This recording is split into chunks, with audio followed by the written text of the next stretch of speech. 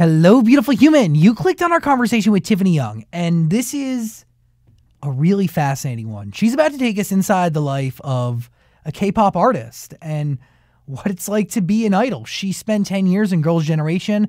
She's gone solo kind of twice, and she had a subgroup, TTS. You're going to learn a lot about her music. By the way, new single of hers is out now. It's called Over My Skin, and just how the whole K-pop universe works. Please leave your honest feedback in the comment section below. If you could, subscribe. No pressure. And we also have a podcast. Link in the description below. Okay, enjoy this conversation with Tiffany Young. I think you're going to like it.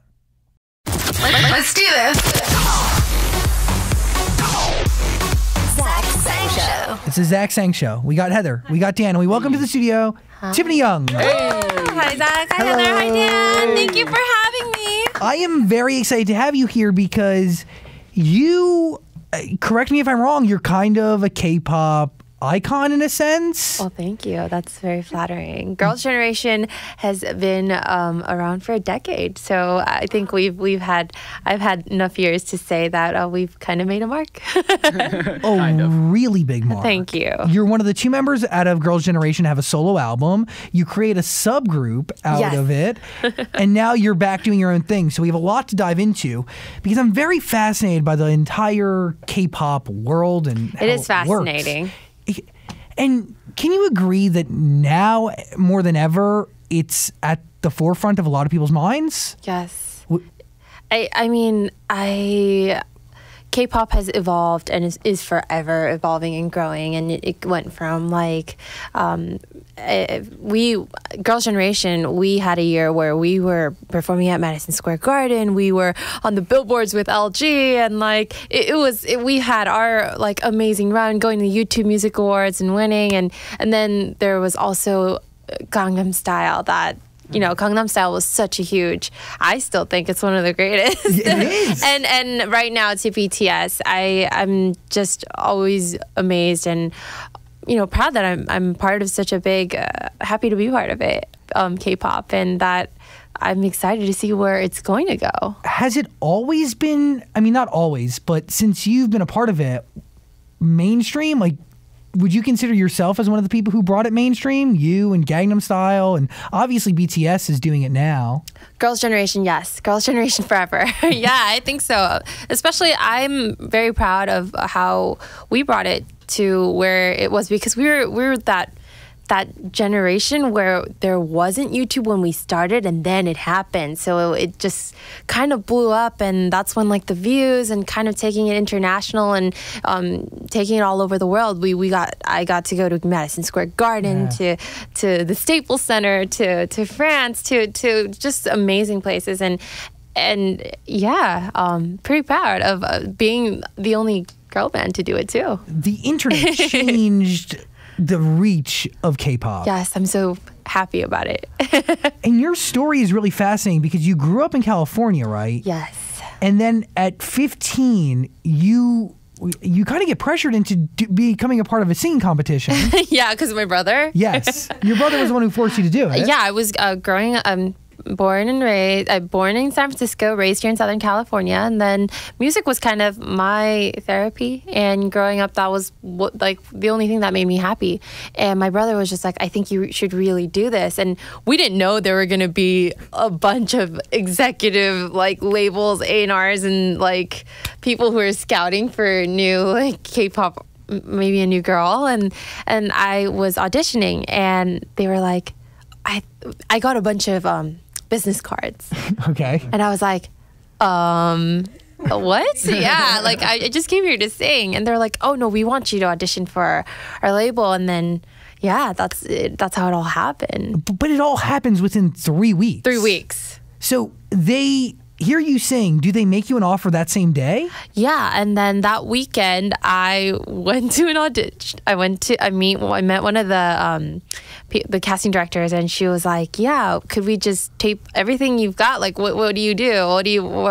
Tell me about you." And then I sang, I danced, I gave them a little about me, and then like a couple days later, she flew back to Korea and then called me and said, "We want to sign you." And yeah. Why are they in America looking for K-pop stars?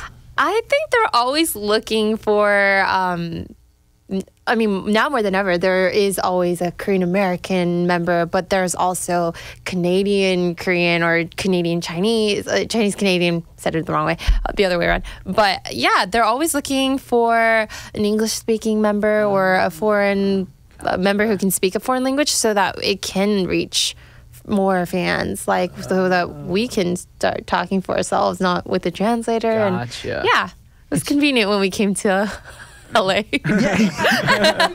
or New York. But because you're the only one in the group who knows English, do you instantly become the leader? No, we have a leader, and it's so 7 of us. Well, like 6 of us are the same age, so it became kind of like we're all the same age, and the other 2 are a year and 2 years younger. So yes, we have a leader, my friend Tan, but in terms of like, because it was so there were so many things to juggle, I got to be really hands-on in terms of the creative direction and like what kind of music and what kind of fashion and videos. And I just am very passionate and expressive, and they're just like, no one loves this more than you. Like, no one loves us more than you. We trust you. And yeah, it led to me kind of taking control and also being able to create a subunit out of it. Yeah, you create the subgroup. Yeah.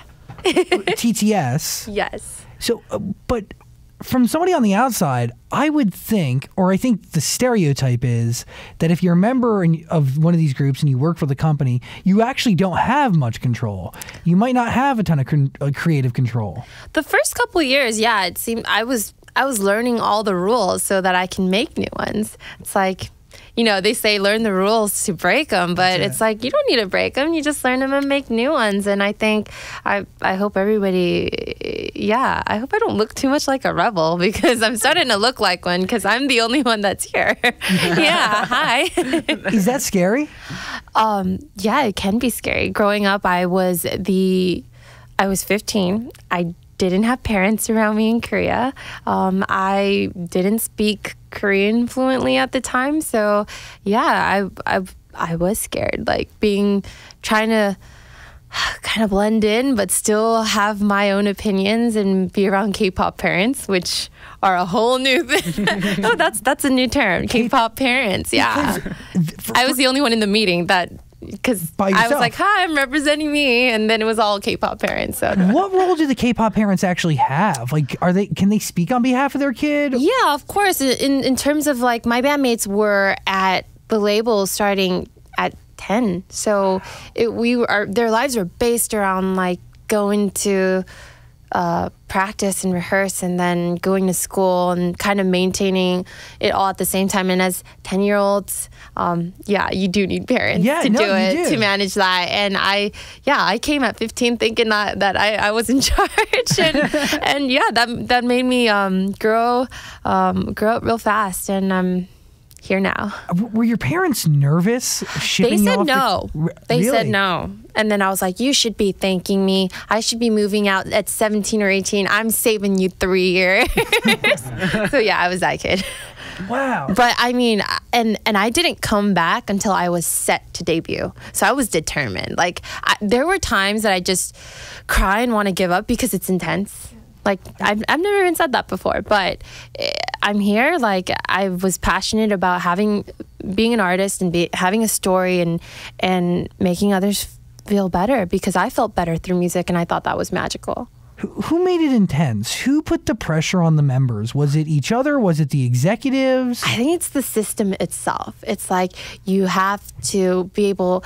So obviously we take vocal lessons, dance lessons, language lessons, acting lessons, and then on our downtime, like, we'd get scripts from like radio shows like that our seniors go to, or the other artists go to, and we'd take the like scripts and we'd like practice reading to each other and hosting. Liners. Yeah, and it's intense, but it's kind of made me who I am, and it can be crazy, but I took it in a very positive way. Do you think that system is necessary and vital to creating a superstar? Yes and no, because at first, like when I was there, when I was younger, I was like, okay, yeah, I need to be, this is me being responsible. This is me learning. Like, I need to do this. This is what it takes. Versus now that I am out of it, and I am kind of the only one out of it right now. I'm blessed. Whew. I love my bandmates. Thank you for supporting me. I do believe that there needs change, and that I hope that me being here and kind of doing my own thing, and that's what it is nowadays. Like, you get to do what you want on your terms, and kind of do all the things you want. It's not just you can only do this, or you have to be here, or you can't say things. I think the beauty of now is having a voice and speaking up and saying, you know what, it was great, but there can be change. And do you think that the rules have changed a little bit for the people currently in the system, or do you think it's just as intense as it's always been?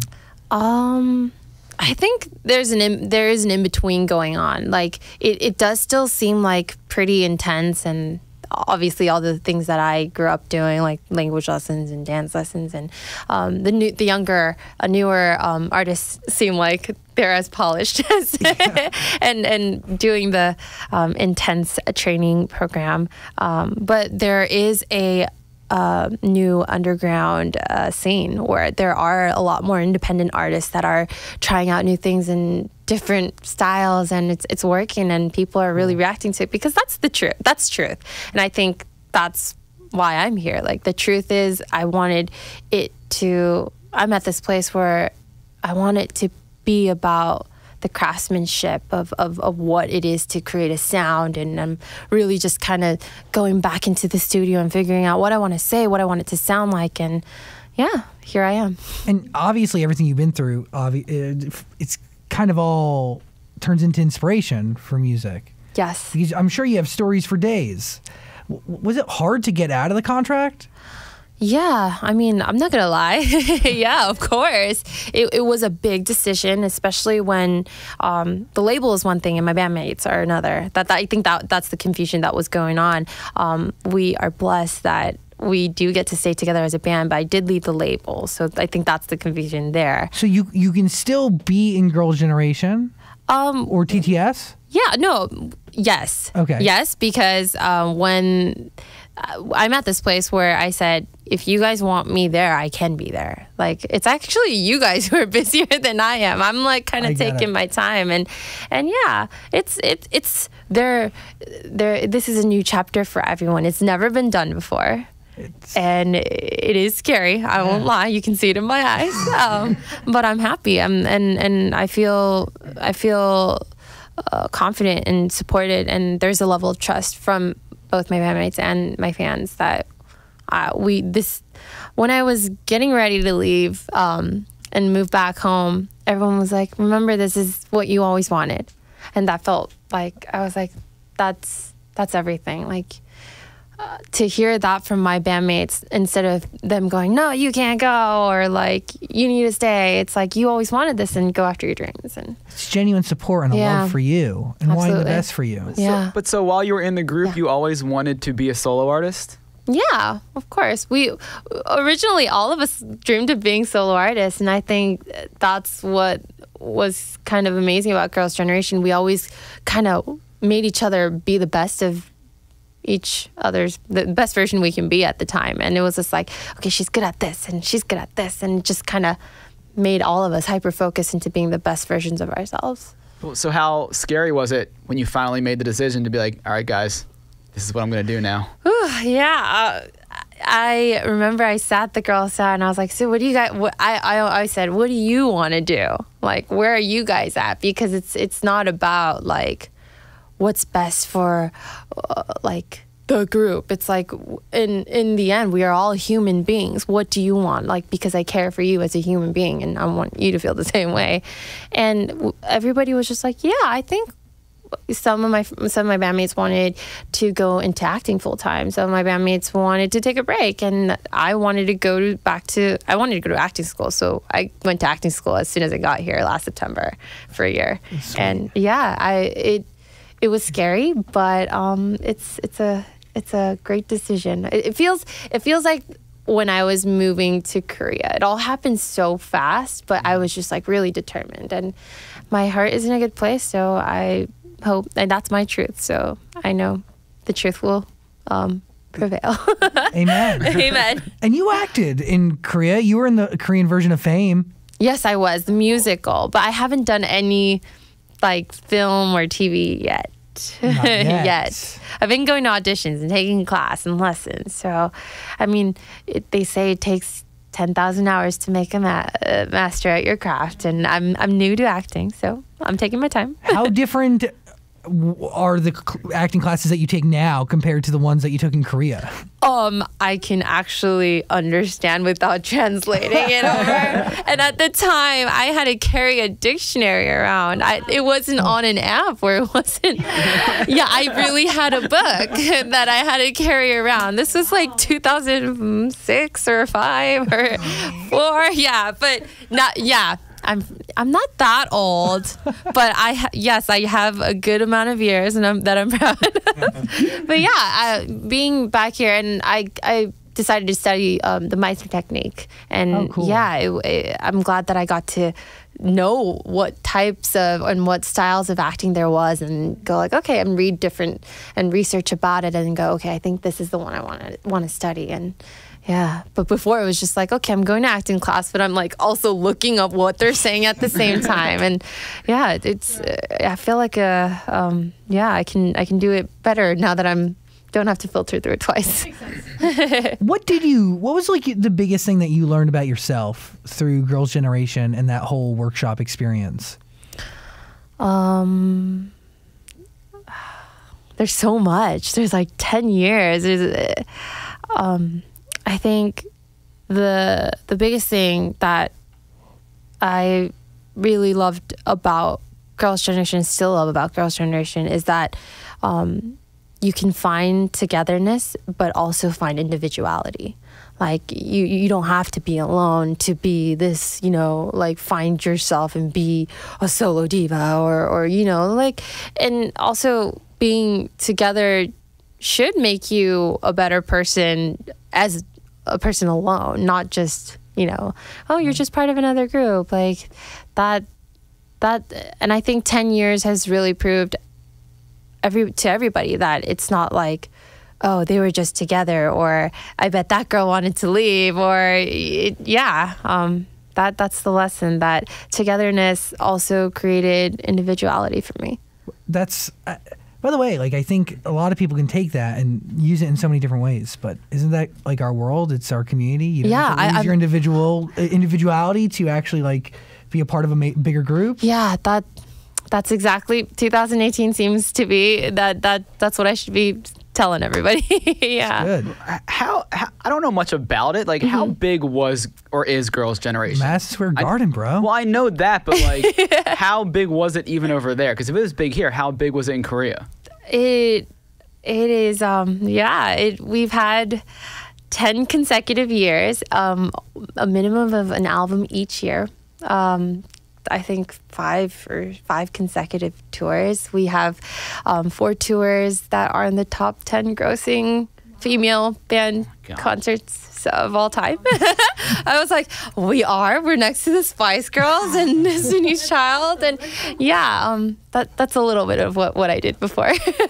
I just can't believe how big it actually was. Yeah, and we did sell 1 million copies in Japan as well. Wow. Yeah, and that's still something I'm very proud of. I'm like, we sold 1 million copies of one album. That's yeah, thank you. That's amazing. And yeah, that's my gosh. some of the things I've done. When you decide to leave, is it like Zayn quitting One Direction? Yeah, I mean, I think it was shot, but I didn't quit, so I just left the label. Luckily, that is kind of tricky, me saying it out loud too. But I think it's because that's how like active we were. Like, we were always together, and it was always all 8 of us, and everyone's like, oh my gosh, she's not going to be there.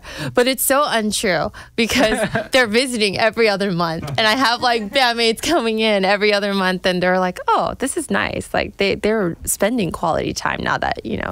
Yeah. Well, you don't have the pressure of work and everything. You can actually be friends. It's nice. It doesn't suck. And now they have a place to stay in Los Angeles. Yes, they do. That's what they keep saying. They're like, we should just all crash at your place. I'm like, let me know when and how many of you. Give me 4 weeks notice and I'll let you know. It's nice. And obviously you speak Korean fluently now?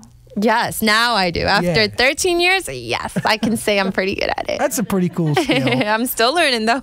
Why was Over My Skin the right song for you to release for? Because, I mean, it's kind of a second wave of your solo life, right? Yes, it is. Why was that the right record?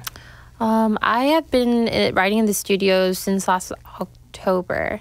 So that song was written in May, and I was finally really getting comfortable in my skin. Like, I know it sounds kind of cliche in a way, but yeah, from where I stand, like being in a girl band for 10 years, I wasn't able to be super expressive and say like, I've had issues, or I've had like it takes a lot to break out. It's just always like polished, ready to go. And this song for me was like, finally I'm ready to just write and have fun and just kind of break out of the mold. So that song definitely felt like the opener for me. But it takes you to be comfortable with yourself and in your own skin to actually create something like that. I am a lot more. I think being 29 versus being 17. Yeah, you're mature and Yay. confident. Yeah, I You talked about navigated- carrying dictionaries around in my backpack versus not. Yeah. Yes, I sound like I'm a lot older. I'm not that old. I'm 29 now. So being 29, and I am also from, I mean, there is a pressure of female musicians having to be young, not just in Korea, but all over the world. And I am someone that's proud to be growing up and being happy in being a woman, being, just growing up. And I think nobody else is talking about it. And I was just like, you know what? I want to talk about it. I'm like, I know the song isn't literally talking about it, but, I have more music to share soon, so this is just one of many. But you do look like you're like 21. You look very Really? young. Yeah, you look very young. But I'm gonna take that as a compliment It is now. a compliment. Thank you. You're welcome. I mean, it's very cool to see everything and what you've done and kind of like the path you've set, because a few people from K-pop groups end up going solo, but very few stick with it, and there's like it could be a really dark world after Absolutely. it's all done. Yeah. Is there any part of you that regrets taking part in the system? Not at all. I mean, as I was mentioning, when I was younger, of course, when you're younger, you think about, I wish I didn't do that, or I did do that. But as you know, luckily I stayed rooted in what I was doing, and being where I am now. I wouldn't be here if I wasn't there or didn't go through things, because there were days that I made mistakes, or I wanted to quit, or I wanted to give up, or perfectionism got the best of me, and luckily I've had the time, a good year, to kind of step back and see if this is what I really want to do, and this is what I really love to do, and I'm taking it as a privilege all over again. And I wouldn't change a thing. Do you think they need to redefine the word idol? Yes, they do. I really do think so. Because when I walked in as a 15-year-old girl saying I want to be an artist, nobody took that seriously. And luckily, 10 years in and a few accomplishments, they take a lot of a lot more idols seriously over the time. But I just hope that when they look at a K-pop idol, more people will see somebody that's passionate about music and wanting to tell a story. But why isn't it a K-pop artist? Why Right? do they feel like the world wants to see perfection? Looking back, when I was doing it at 17, I was in this headspace of, you know what, positivity. I can make everything, like, if I push through and tell myself it's going to be okay, it's going to be okay. So looking back at it, that was my truth at the time. At 17, things were hard as hell, and sometimes I would cry in my room, but in the end, my heart was that I'm gonna try my hardest and smile through this and make myself feel better and make others feel better. But I think when we see it now, it's like, why is everybody displaying perfection? So at the time, I didn't know that I was displaying perfection, but who knows? There are a lot more. There's a lot more different styles and different sounds of that artists. K-pop artists are experimenting with these days. So. But the company wants idols. The company wants perfection. Yeah, they do. They don't want you Straight to up, have yeah. a relationship. They don't want you to dress a certain way. Yeah. They see you, like, you got to look a certain... I mean, everything is meticulous. Yeah, look at you now. I'm going to throw these pillows. Oh, no, wait, I want to hug this pillow. But it's... I mean, they create the definition... because they, for some reason, think that people want to see perfection. But I can make the argument that in 2018, people want authenticity. Yeah, that's what I love about 2018, and that I get to kind of say that out loud now. Whereas, yeah, I get to say it out loud now. Hello, K-pop artists. 2018 is about authenticity. It's about who you are, being real and your truth. And here, yeah, you're absolutely right. I think over time it has changed that social media has become such a big platform, and it is about having a voice and an opinion versus let's be perfect. Like, remember when first social media first started, and still till this day people are still kind of trying to portray it to be perfect. And no lie, me too. Like, sometimes I'm like, wait, is that gonna be cool on my grid? I'm gonna be real. I'm gonna be real with you. You're gonna use the filter to cover things up. Yeah, and you get to go through it. But in the end, now it is about authenticity. It's about like the moment. Like, I'm here. Let me snap a picture. Let me say hi. Yeah, I'm here. And just be yourself. Yeah, I'm glad. I'm happy. And I can even make the argument that BTS's success is due to a level of authenticity that's in the lyrics of their songs, right? Because they talk about things that everybody's going through. I told you, K-pop artists are trying new things and experimenting. Like, they know life, so I don't know. Like, people want to see people they can be friends with. Like, they don't want to see like perfect hair and everything meticulous. But then again, like I'm just looking at it from like an American consumer, maybe. No, I think all the fans feel the same way. We're all human beings. Like, we have bad days and good days. We make mistakes. We cry. We have snot and tears, and and we have days where we want to laugh and joke around and be free. And yeah. I'm finding that space. Are the male K-pop groups expected to be as perfect as the female K-pop groups? Yeah, I didn't know if it was like they wanted the females. Like, I didn't know if it was everyone was treated the same. Yeah, but pretty much everybody wants a level of perfection, right? But like, this thought just entered my mind as you're describing what makes a human being a human being. Thank you. You described things that like another human being grows attached to that human for, right? Mm-hmm. You cry, you laugh, you share wisdom. Thank you. When you do those things, like through social media, people then feel attached to you and you build a relationship. But if you're looking at it from the company's perspective, right? Mm-hmm. Why do they want they don't want human beings. They want vehicles for music, because then the audience is attached to the music and not to human beings. So then you last forever, regardless of their involvement. And then they just want to be able to take you out and plug somebody else in that represents those same ideals. Well, I was like, you did, and I'm so glad I was there for 10 years, because that's what changed it. Yeah. It isn't just a blank space to be filled with. We are all human beings, and there's something special, and there's a story behind every artist, not idol. Yeah. and I think that, you know what, you cracked the code. I'm gonna say that a lot more, and it's about really kind of showing that over time. Like, I'm not gonna show my snot and tears the first go, but no. I mean, but eventually you build a relationship with people who love your music, and then you just you open up. There's a connection. Yes. Yeah, thank you for letting me open up about this. I've never even talked about this like this openly. I thank you for coming here and talking about it and being so open about it, because it's been a genre of music that I've been very fascinated with as of the last maybe year and a half or so, and it's an interesting world. And honestly, like, there's artists that I've played on the radio that are K-pop artists, and when I play their music, I get feedback from fans, and the feedback from the fans, like, they'll tell me not to play certain artists based on the way the company treats those artists and based on the way that whole relationship works out. Yeah, they're very vigilant about it. Yeah, and I'm super happy that the fans have become so strong and opinionated, where it was just like they were kind of, and you know what? it is for the fans. Like my music and us performing and us being on stage, like we've created a relationship. And I'm so glad that even the fans are finding authenticity and opinions and kind of really, yeah.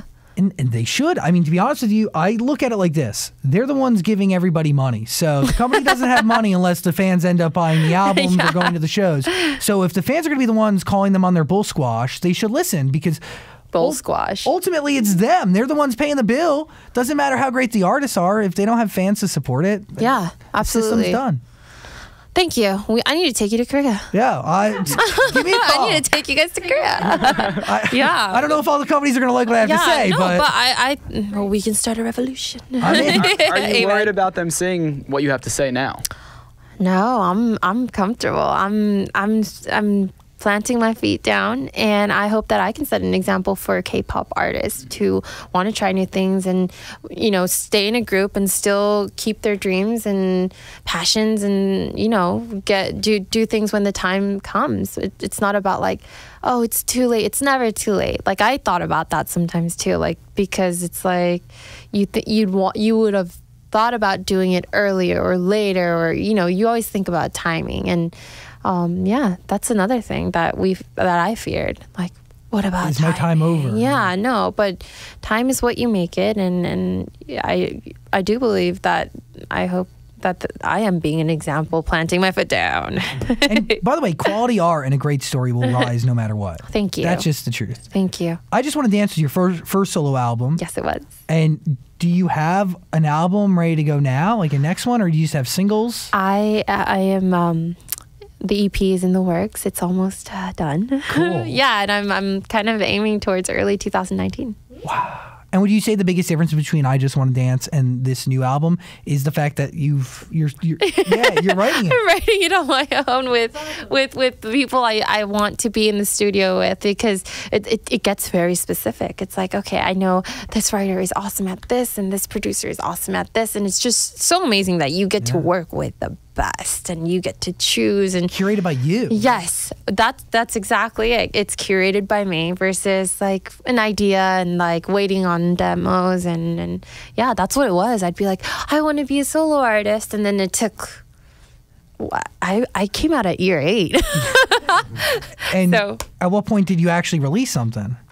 Like year 8.5. Yeah, at the end of it. Yeah, it came way later, and I'm glad I got the experience, but yeah, there was a lot of fear behind that too. And now it's just like, you know what? It's about really kind of curating, trying, and the experience, and really doing it, and you know, writing 30 songs and then choosing 3 versus not even writing any and kind of being scared. Had you written songs alone during Girl Generation? Like, yeah, I had a few friends that I wrote with. I wrote like 5 or 10 songs, and this was another issue. I was like, I turned in my music and I was like, you know, hoping. Yeah. And they're like, oh, it's good. We're only just going to use one though. So like the whole time, because you don't have another perspective, you're like, okay, my songs are not that good. Like only one of them got placed. And like, you know, you're already like over analyzing yourself, when in the end it wasn't calculation or anything. It was just my feelings there. It's scary, you know, like it was my raw feelings out there, and they're just like, we'll only take one of your emotions and then get rid of the rest. I know, yeah. So Trash. Here I am. But are you taking those songs that didn't get picked up and using them now? No. Those were the early days. So I'm glad I'm here learning from amazing producers and writers. I was just a young girl in my own room writing, and yeah, now I'm here and I'm just like, okay, those are cool words. That's a cool sound. I'm just picking up on things. Yeah. Cool. Do you feel like you're starting from scratch almost? Yeah, I do. Even though you have millions of fans? Yeah. And I think that's rare. And at first I was like, oh my gosh, I'm at point blank. But I think that's when anything's possible. So I'm just keeping a positive mindset. And luckily my fans who have been with me, they're amazing. They're just like the fanny packs. Oh my gosh, I haven't decided on them. I know, I saw you didn't like did that. You see my interview? Well, I've seen you say it, but I see a lot of them are starting to call themselves that. Oh no! I did not set on that. I'm still thinking about it. There are some strong contenders. There was fanny packs. There was like Fanny-tastics. And then another one I recently read was Young Ones. Like Young Oh, I Ones. like that. That's cool. But also Young One means forever in Korean. Oh, So like I think that's special. Yeah, right? I think that's better than fanny pack. See, you know what? Thank you, Zach. I'm going to push Young One I like because it sounds cool It and it does. means forever. Yeah, it sounds cool and has a great meaning. I do like the branding and merch potential of the fanny packs. Woo. Oh, yeah, that's true. But by the way, nobody's really wearing the fanny pack around their fanny anymore. They're like you're wearing it like a backpack. Saying you know what's in. It's a move. Yeah, I see people in the airport looking cool. Okay. And then I'm just here in my slippers looking like a fool. Yeah. So yeah, thanks Zach for Young Ones. Young Fanny Ones. Packs was a strong contender. I won't lie. I'm down with that. I dig it. How far from K-pop is your solo work gonna be? Are you just moving completely away from it? No, when I got back, and we're at this time where it's about identity and embracing who you are and your being Korean American, Asian American. Like it's such a beautiful time. I realized I wanted to create something that was everything I loved about K-pop and everything I loved about pop, which was the early 2000s, Britney and Justin and Pharrell. If you can hear it from I was gonna say it sounds like a little Pharrell Missy Elliott on the new one. I saw the production. It's exactly the inspiration I drew from. And right before I wrote that song, I was watching Justin Timberlake at the Forum, and I was like super inspired. So you can say that all the things I love about K-pop and pop are kind of infused in, and I think everybody's craving a little nostalgia. Yes. Will there be Korean lyrics? I hope so in some of the songs, because I was thinking about that the other day with my team. Like there's Spanglish versions of Korean, English and Latin songs, and I grew up to I loved Christina Aguilera's album in the earlier days, and she had lots of collaboration. I would love like a Korean. and in English, and Yes. I've been singing in both languages, and it sounds cool. Like You should do that. and there are hi I'd love to, and I hope that's a good opportunity for all the musicians to kind of collaborate, whether it's like a English Korean song, a Korean Latin song. Like I've been singing things and people talking about it, so I hope I can be one of the first. Do it. Do it. Will Korea let you release music? Will the companies allow you to release music there? Oh yeah, I'm on my own. I don't have anybody in Asia. I mean, I'm with like a distribution label, which is that's the difference. In Korea, it's just one management label, distribution. everything. Yeah. I only thought that was it too. But they for a also while. control the scene. You could say that, but hi, hi, and I like I said, I keep going back to it. I feel blessed. Like Girls' Generation has become my family, and I'm so thankful that when it was hard leaving the label, but I was rereading some of the press stuff that when I was leaving, and they're just like, you know what, Girls' Generation isn't disbanding. We're all kind of confused right now, but we're not disbanding. So I was really thankful for that this is a first time for everybody. So let the tables turn. Cool. Yeah, but One Direction says they're getting back together, and I just don't believe it, and it breaks my heart. Are they? Did you like my face? I'm like, are they getting back they together? always say they're going to get back together, but Eventually. I don't believe they are. Like, do the fans, like, are the fans just waiting for you guys to eventually get back together? Yeah, but when I say that, I mean it. And I mean, I'm pretty sure the gentlemen mean it. It's just, it's so intense to get everybody's schedule on the same time. And it's like, one of my bandmates got into this amazing movie, and then one of my other bandmates is going to this huge television series. So it's just like, when the timing's right, the stars will align. I think that's what we're waiting for, because we've had 10 years, and we've had like two years where we didn't have like a group project on, and everybody was focusing on their own things, and that's where I created the subunit. And we find our space to be together, but also apart. And I think this space apart right now will get us back together even stronger. That's it. You got to build anticipation. Thank you. Got to give it time. Let it Zach, rest. you're speaking my language. Come on.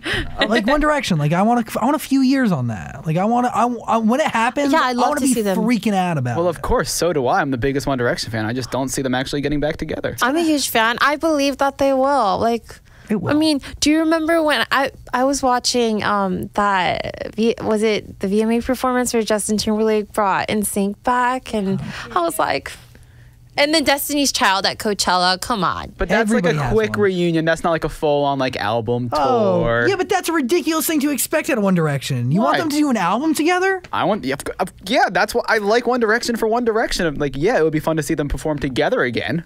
I think we might get a performance. I don't know if we're gonna get an album. Like, would Girls' Generation do an entire album? We were actually, we thought about it because we were just like, we have to want to talk after like a year or two, and it's already been a year. I'm like, time is flying. So I think maybe after everybody's done with their like film productions, we might get together and start talking, because I think by that time we're all going to be like, yeah, let's do one. Yeah, 'cause you're gonna be- and I think that's what's changing. Like over the course of time, there were labels controlling and gatekeepers, but now it's just like, it's on us. Like if we decide we're gonna do this, like we can just stream live and say we're gonna write music and just like do it. Yeah, the power of social media. Yeah. Awesome. Tiffany Young. Yeah. Well, I just wanted to ask 2 questions. Can you explain Professor T quickly? Professor T. Well, I mean, it came up during an interview where they asked me if you could have one superpower, and I was like, mind control. Wait, does that make me Professor X?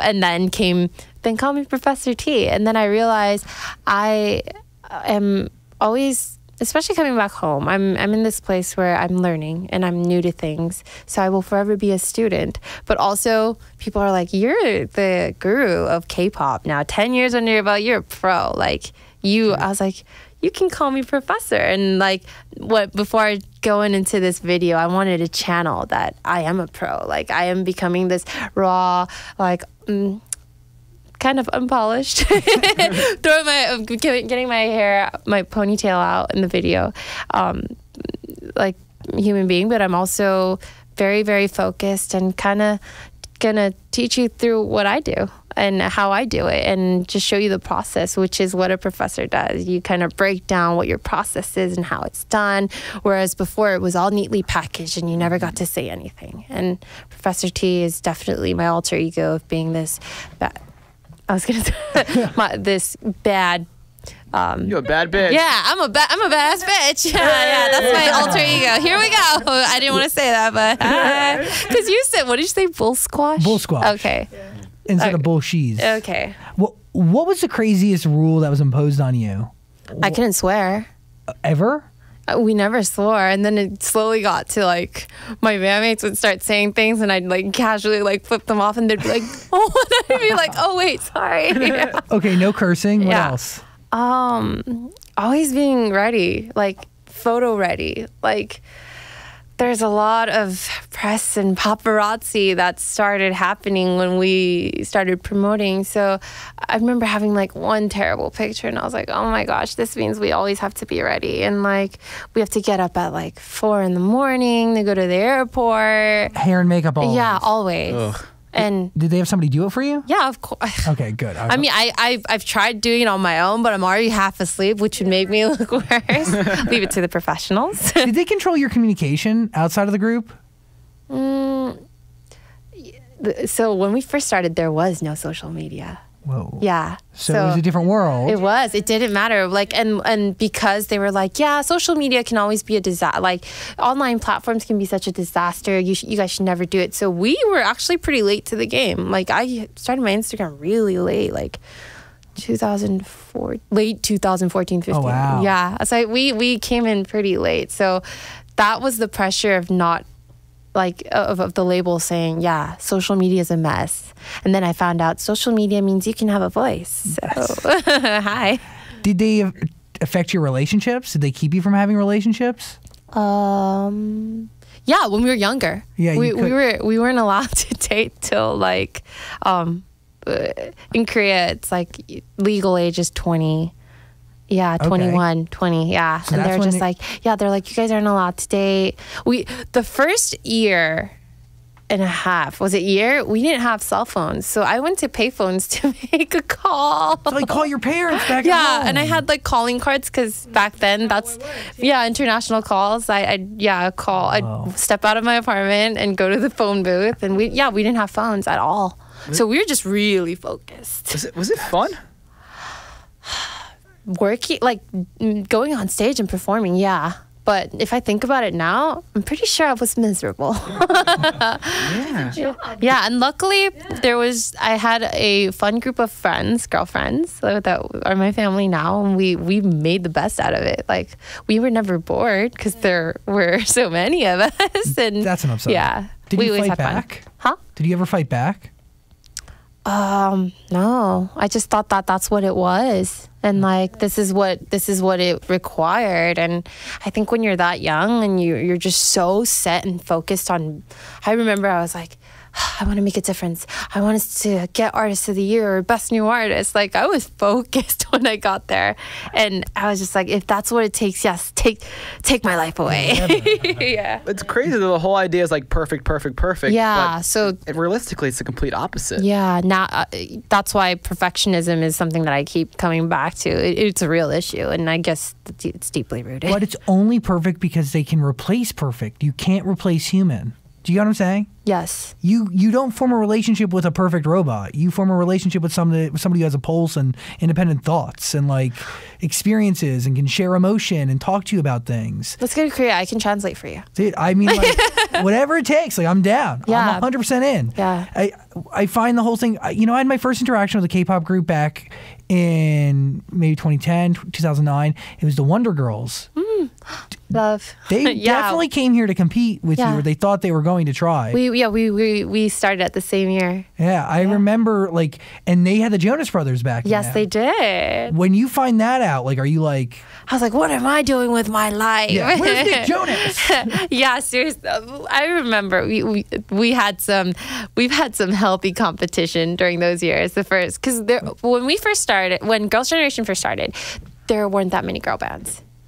And then came this huge like era of girl bands after, which is I'm proud to say Wonder Girls and Girls' Generation started. Yeah. But would you say they started because of you guys or in response to Girls' Generation? I think it became kind of everyone was like, okay, I guess girl bands can work through what we were doing, and we worked our butts off. You can say yeah. We worked our ass off. Everybody knows that. We worked hard. And I think that's what it is. Being a human being, it's proud about really working hard and not sharing your process. Yeah. That's the story.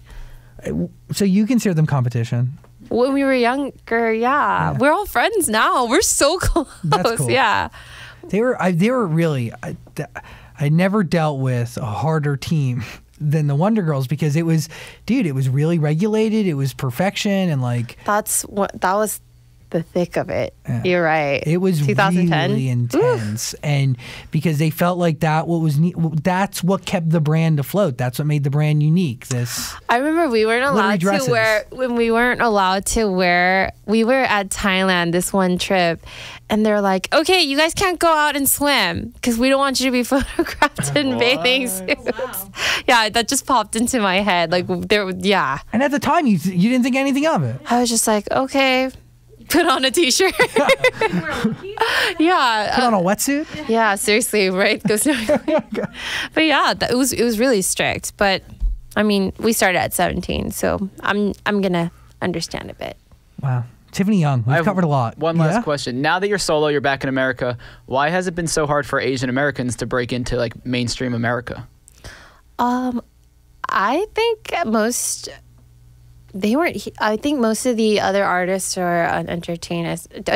Well, the friends that I have, like the Wonder Girls, or when we were here promoting, when Girls' Generation was here promoting, we weren't here full time. Mm-hmm. So we just come by and make stops versus like really kind of figuring out what our identity or what our sound or what it is we want to say to America. At that time when we were promoting, like, yeah, I'm here full time and I'm always just thinking about and watching and just taking in culture and learning. And I think it did take me to live there. I live in Korea, South Korea, and train for 3.5 years. And we also lived like part-time in Japan when we were going full-time in the Japanese market as well. And maybe it is full-time, and I think more and more Asian entertainers are like you know what, I really want to start storytelling. There's also amazing Asian like writers and directors that are coming to the scene, but Asian Americans, I think it's a wonderful time, and there are